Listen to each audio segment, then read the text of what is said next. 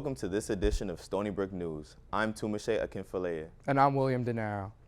Facebook CEO Mark Zuckerberg is rebranding his social media company under a new name, Meta.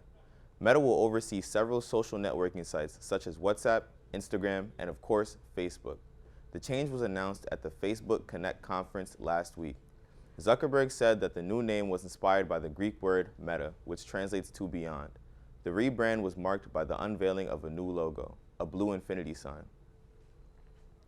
A global conference to address climate change is underway in Glasgow, Scotland.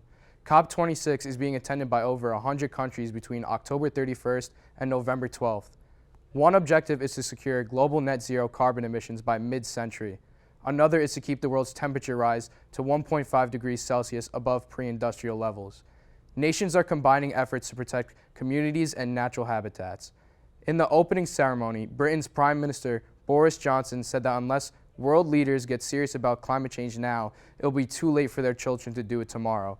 Climate change activist Greta Thunberg posted on her Instagram that change is not going to come from inside these conferences without public pressure from the outside.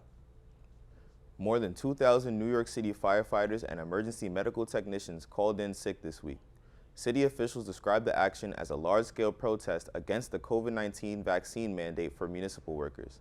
The mandate went into effect on Monday. Fire Commissioner Daniel Nigro said mass sick leave has created a danger for New Yorkers and firefighters.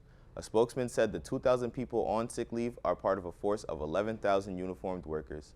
The shortage of firefighters and EMTs has left a dent in the department's operations. The department has shuffled personnel across the city to make up for the shortage. The annual Halloween parade in Greenwich Village section of Manhattan is back.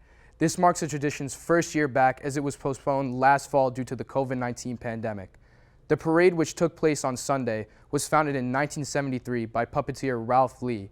It is one of the world's largest Halloween parades, and it's the only major American parade held at night.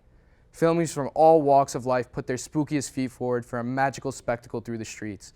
Most participants march without masks in a city where over 70% of residents have received at least one dose of the coronavirus vaccine. Well, that's it for this edition of Stony Brook News. I'm William Denaro. And I'm Tumashe Akinfaleye. Stay safe, Sea Wolves.